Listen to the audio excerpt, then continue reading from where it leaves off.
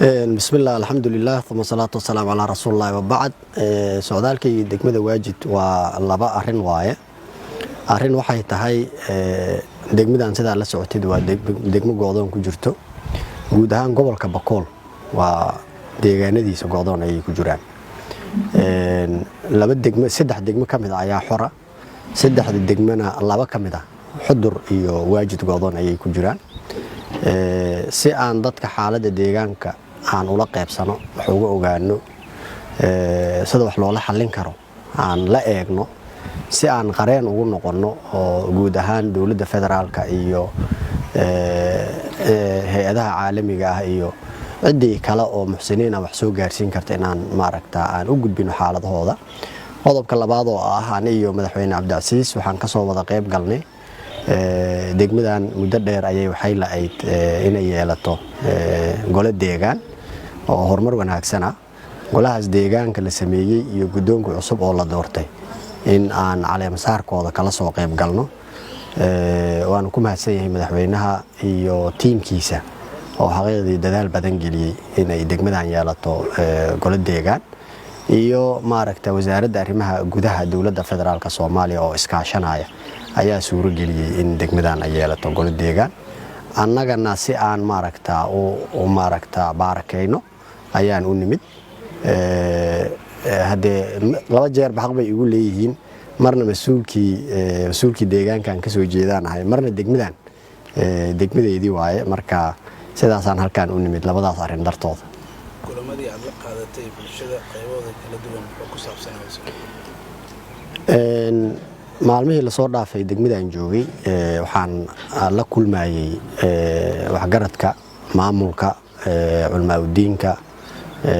haweenka dhalinyarada dhamaantooda waxay nagala hadlayeen saddex arrimood oo aad u waaweyn waxay nagala hadlayeen adeegyada bulshada oo degmadan aad ugu liidato oo ay ka mid tahay caafimaadkii waxbarashadii iyo adeegyadii kale oo bulshada waxay kaloo nagala hadlayeen amniga oo midda ugu muhiimsan ah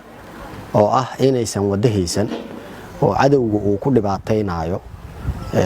siday noo sheegeen degmadan waxa la gubay 3,000 wax ku dhow oo gaar wax ku dhow boqolaal bajaaj oo degmadan u soo waday oo raashin iyo agabyada degmada u baahan tahay u soo waday saasoo ay tahayna way nool yihiin oo way dadaalayaan ganacsada deegaanka waa la kulmay dhibaato aad u weyn bay ku qabaan wadooyinkan xiran oo shabaabku uu geliyay go'doonka oo wixii xoolo iyo hanti lahaayeenna ulaamiyada ku gubaayo meel walba oo ay ku arkaan dameerahoodii ay dilayaan kareetooyinka ka gubayaan bajaajada ka gubayaan marka arinka amniga degmada dadka joogay wuxuu u ahaa waxyaabaha ay aadkan uga hadlayeen oo ah in jidadka la furo uu ku mahadsan yahay madaxweynaha uu ka ballan qaaday in jidka Muqdisho iyo Baydhabo u dhaxeeyo in waqti dhow la furi doono annagana ka dawlad federaal ahaan waa ka kaabeynaa waa ka caawinaynaa waana kala shaqeynaynaa hadii Ilaahay yiraahdo maamulka koonfur galbeed cadaaladda halkan xarun ku leedahay wasiir waa mahadsan tahay wasaaradda cadaaladda halkan waxay ku leedahay xarun maxkamadeed oo wali u baahan in la qalabeeyo qalab badan ka dhiman waana ku caawin doonaa hadii Ilaahay yiraahdo anagoo la kaashanayno wasaaradda cadaaladda dawlad goboleedka koonfur galbeed oo iyadana dadaal badan awalba gelisay halkan xeer ilaaliye u soo magacawday gudoomiye maxkamadeed leh gudoomiye ku xigeen leh qareen leh marka inta hartay dhismana way haystaan wax yar oo qalabeen iyo howlo yar ay u baahan yihiin waana kala shaqeynaynaa hadii Ilaahay yiraahdo dhalinyarada bulshada sida sar loogu qaado isdhexgalkooda waxay u baahan yihiin garoomo ay ku cayaaraan iyo meelo kale qodobka saddexaad ay nagala hadlayeen waxa ugu muhiimsanaa oo aan saddexda qodob kamid ahaa qodob kamid ah waaye dhalinyarada shaqo la'aan hayso meeshan dhalinyaro aad u tiro badan aqoon-yahano ayaa joogto shaqo abuur ayay u baahan yihiin waxay u baahan yihiin in laga caawiyo sportiska oo ay ahmiyad gaar ah siinayaan inay maaragta sports ay yeelato deegaanku waxba u bilaaban laakiin waxa u bilaaban in loo sameeyo garoon ay ku ciyaaraan oo loo hagaajiyo dhulkii way haystaan hadaba way ku dheelaan laakiin in garoon oo la casriyeeyo ay sameystaan baahaadkooda hay'adaha kala duwan ee dawladda federaalka iyo maamulka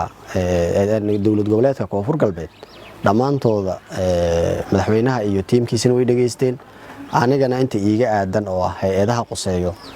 howlahaas oo maaragta ay nagala hadleen waan la wadaagi doonaa waana warbixintaas waan siin doonaa madaxda sare ee dalka wasiir socdaalkaaga degmada Waajid maxaa kaaga soo baxay degmadan xaqiiqdii waa degmo u baahan kaalmo bani aadan u baahan tahay guud ahaan gobolka Bakool u baahan degmada Xudur ayaa degmadan la mid ah oo xataa tuulooyinkii ku hareereysnaa la gubayaa si aanan caanaha loogu geenin nimanka cadowga ah dhibaato weyn ayay ku hayaan deegaanadan qof walba oo mas'uuliyadi ka saaran tahay wuxuu dareemayaa markuu meeshaan yimaado in dayacaad badan ay ka muuqato sida daraadeeda waxa iiga soo baxay in loo gurmado in hay'adaha caalamiga ah oo adduunka daafihiisa kala duwan caawimaadaha ka bixiya inay meeshaan yimaadaan oo indhahooda ku arkaan inay mudan yihiin in kaalmo ay mudan yihiin in loo gurmado ay mudan yihiin reer Bakool waa dad samir badan magaaladan 2014 ayaa la xoreeyay ilaa iyo maanta cunto tahriib lagu keenay ayay cunaan sidaas oo ay tahay dawlad jaceelka iyo samirka iyo soo dhaweynta iyo maaragta sida ugu hamuun qabaan systemkooda dawladeed aad u maaragta u sareeya dad moralkooda sareeya reer Xudurna sidaas oo kale waxaan rabaa marka in Bakool guud ahaan loo soo gurmado oo maaragta waxaan soo jeedinayaa oo maaragta codsanaya qof walba oo wax ka gala deegaanadan inuu soo gurmado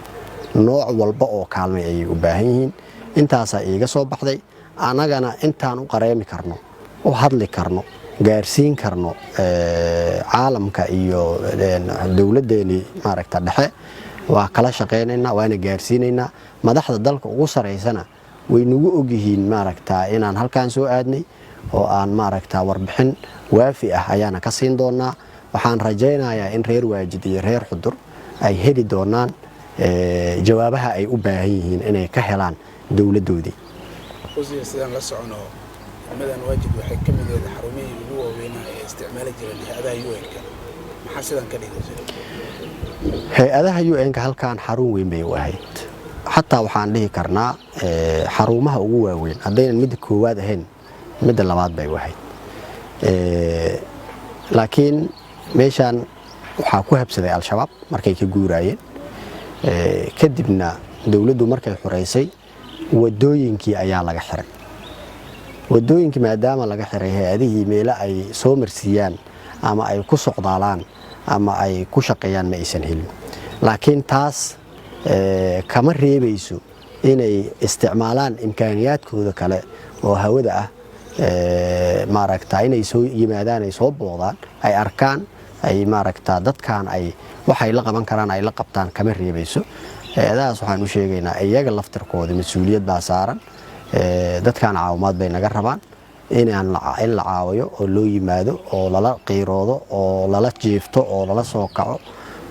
maaragta duruufahoodina lala wadaago ayay u baahan yihiin wasiir sidaan la socono degmada Waajid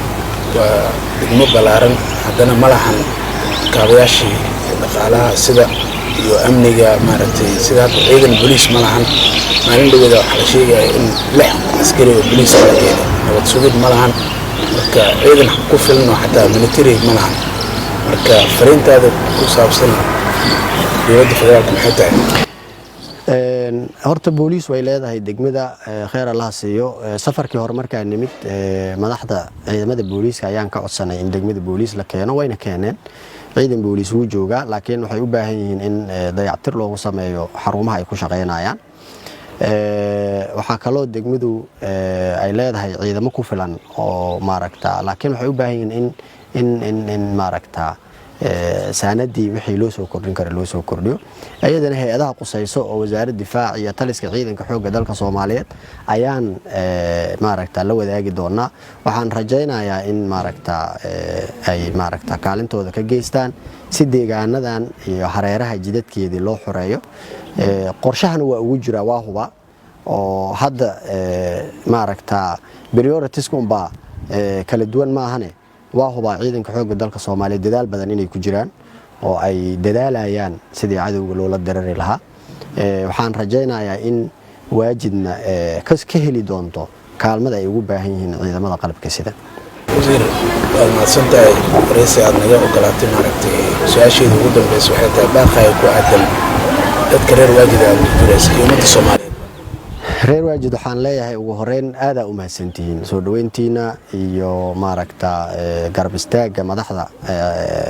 deegaankan timid sida ay maaragta u soo dhaweeyeen ay ugu muujiyeen kalsoonida aad ay ugu mahadsan yihiin dawlad jaceelkooda iyo aad ay ugu mahadsan yihiin waxaan kula dardaarmayaa in ay maaragta sii wadaan dadaaladooda ku aadan inay cadawga iska xoreeyaan biisacbahaga looga dhargaa reer waajid shaqada koowaad ayaga laga rabaa inay cadawgan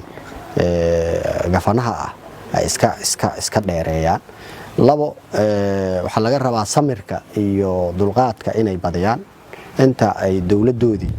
ay howlaha ku jirto oo ay maaragta ku kaalmeynayso oo ugu soo gurmanayso inta ay ku jirto haddana shaqo weyn ayay ka haysaa dawladda federaalka Soomaaliyeed iyo dawlad goboleedka Koonfur Galbeedba dawladda federaalka hay'adaheedii kala duwan iyo maaragta waxaan ka codsanayaa in maamulka Koonfur Galbeed dawlad goboleedka Koonfur Galbeed ay ku caawiyaan sidii degmooyinka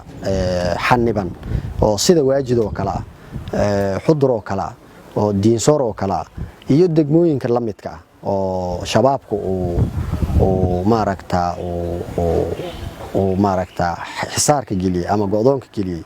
in lagu kaalmeeyo oo maaragta ayaan ayagana ka codsanayaa hay'adaha caalamiga ayagana waxaan ka codsanayaa inaysan gacmaha isa saaran oo ay ka shaqeeyaan dadka deegaanadan iyo hay'adaha kale oo caalamiga ah oo iyagana ama wadan muslim ka soo jeedaano ama wadamo kale ka soo jeedaano inay caawiyaan iyo kuwa Soomaaliyeedba hay'ado badan oo Soomaaliyeed oo caawimaad bixiya jiro deegaanadan ha soo caawiyaan aadana u mahadsantahay